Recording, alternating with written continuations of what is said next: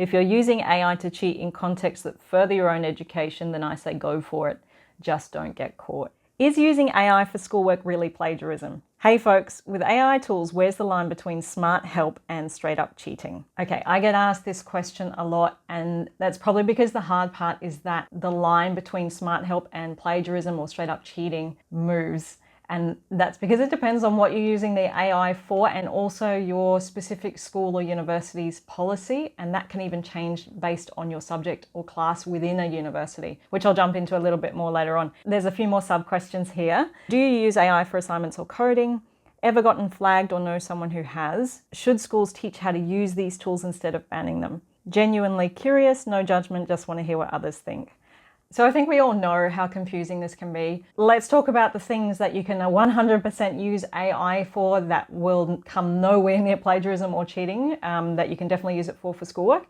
And then we'll talk about the things that sort of where it gets a bit grey, where that line begins to blur, and then what is considered straight up cheating and plagiarism that will seriously get you into trouble and you want to stay well clear of. So one of the best things that you can use AI for is actually as a thinking tool. So brainstorming ideas. Let's say, for example, that you have an assignment or an assessment, and this goes for school or university, and you want to come up with ideas for what you need to do for it. Maybe you've got an essay and it's a very open-ended question and you just want to brainstorm ideas. Spitballing with like ChatGPT or any other AI chatbot is a great idea because it's just like talking to somebody else in your family or in your household or a friend. There's no difference to that, and that is definitely not cheating. So it's great for brainstorming ideas. It's also great, and I think this is one of the best things that you can use AI for, is making sense of your assignment instructions so that you know exactly what you need to do and quickly. So for a lot of assessments when you're at university, they can use university language to explain things, and that can actually be tricky to understand or confusing. You know, they use words like critically analyze or examine, but your lecturers may not always explain exactly what that means and what they're after.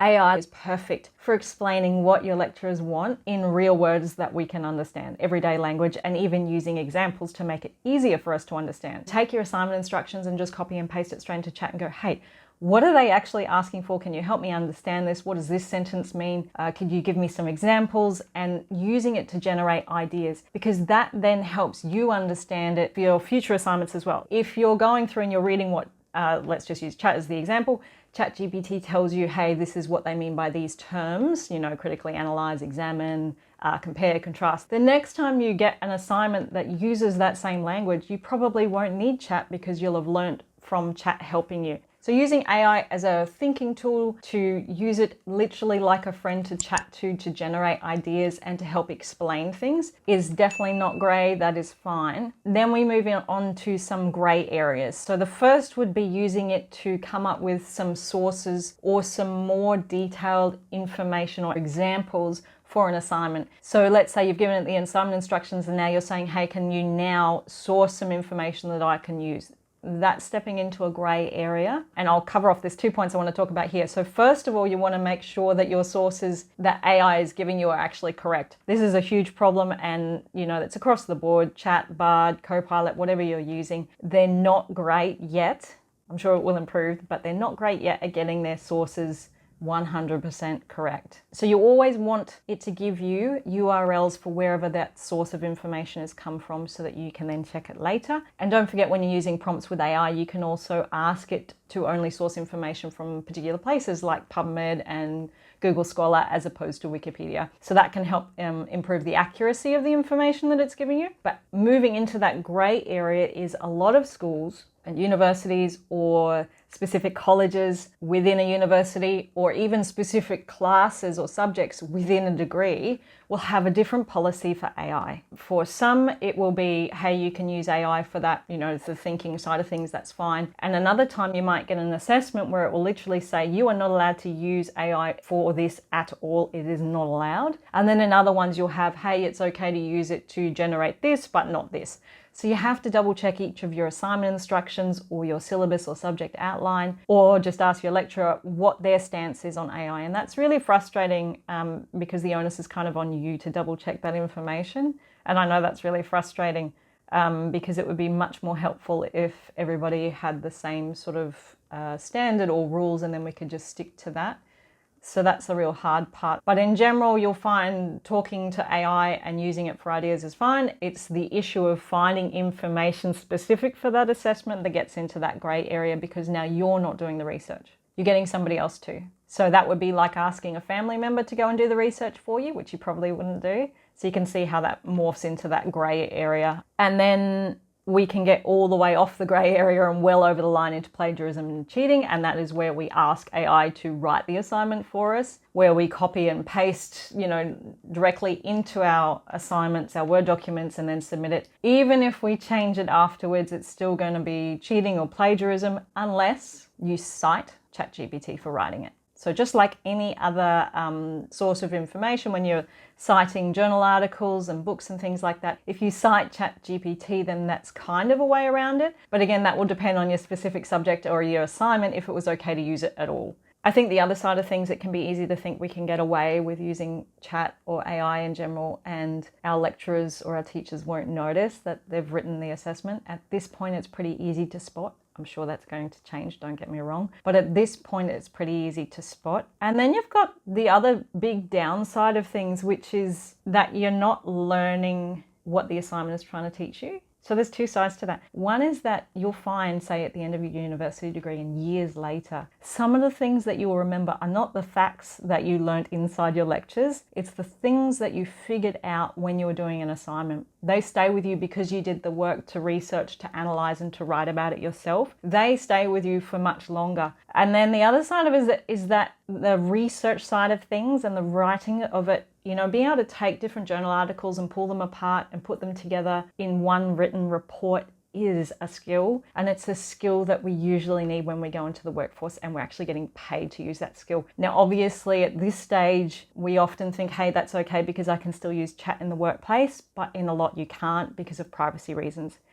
It'll just be blocked on browsers, and the same with other AIs. Sometimes they might have a specific AI for that business or, for a government department or something. But it's far easier to learn the skill when you're in university, when you're not being paid for it and the security of your job doesn't rely on you having that skill. Learn it then and then take it with you rather than taking the time to sit down and use AI for all of those assignments and missing out on that integral component of your degree. Let's just jump back into those sub-questions now. So do you use AI for assignments or coding? Use it for assignments, use it for brainstorming and coming up with ideas and for explaining those instructions. That's a great idea. Don't use it to write your stuff. Ideally, avoid using it to get you sources of information, do it yourself. But if you're really stuck, it can be a helpful tool to just get you started.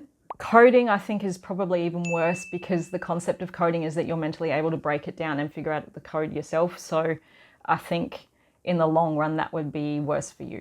That's all. Ever gotten flagged or know someone who has? 100%. Yeah. I've had assignments submitted to me and it's been really obvious. And then I've had some where you're like, some are not so obvious, but they make you question the student, which is unfortunate, especially if you've been able to see some previous work and it's nothing alike or even slightly different. So that can get somebody flagged as well, when you start questioning them. Should schools teach how to use these tools instead of banning them? I think that goes without saying. I think if your school or your university has some policy in place where you're not allowed to use AI at all, then all they're doing is sticking their head in the sand, the proverbial sand, like an ostrich, right? That's not going to help anyone because we're all using AI, and it's just silly to think that somebody won't be using AI. I use AI every single day, and I'm sure most of us do. And in fact, when I go to publish a paper, the journal that I'm submitting my paper to asks me to what extent I've used AI. So AI exists in all levels of education, so I think it's really silly to ignore it and not to teach it. What I think should be happening, especially in university, in the beginning and first year, we have a lot of these sort of workshops that are free for students to go to, and they're often run by the libraries. They'll teach how to use EndNote, how to cite and reference properly, those sorts of things. We need to have those free workshops on here's how to use AI ethically within the tertiary system, within the education system. Here's how you can use it for your assignments. Here's what's really not okay. And then here are the scenarios where you'll just have to check with your specific lecturer or that specific assignment so that everybody knows where they stand. And also they should even be giving helpful prompts. So, hey, this is what you can do on your assessment. Here's a series of prompts that are really helpful for that. Here's a series of prompts to help you figure out whether that information is correct or where to get your sources from. Yes, I think schools and universities should be helping the students, helping them learn how to use AI properly, so that then we don't have this problem with what is smart help and what is plagiarism and what is cheating, because we've made that line clear at the outset. If universities can't make that line clear, then it becomes harder to say that it's okay for them to turn around and say, you know, you've submitted something that is plagiarism, it's from AI wrote that. Well, you haven't made that line clear, so are you really able to tell me that? It's a huge grey area, and I think it needs to be cleared up individually by the universities and schools so that we can use AI for the smart help. Let me know what your thoughts are on AI and plagiarism and how you use it, and also drop me any questions that you have down below. Let's have a look at some of the responses now. When you offload all thinking, you also offload all learning. And somebody else has responded to that with, if you can't explain something in your own words, you've learned nothing. And that really comes back to a quote from Albert Einstein, which is, if you can't explain it simply, you don't understand it well enough, which is really true. If you think about, if you were trying to explain something, to a friend, if you can't explain it simply, normally it means you don't quite understand it well enough. And so that comes back to using AI for a lot of our thinking, that it means that our understanding of things is lower or more surface level and not deep enough to be able to turn around and communicate it back to other people in simple words. I wouldn't want to pay to go to school and come out of the other side only knowing how to use AI to trick my teachers into thinking I learned from them. That would be a big waste of money, wouldn't it? This might be a hot take, but a lot of school systems have continuously failed to educate anyone. If you're using AI to cheat in contexts that further your own education, then I say go for it. Just don't get caught. So while I agree that certain schools have definitely failed to educate people in a positive manner, I think part of the problem here is using AI to cheat that will help further your own education is highly unlikely.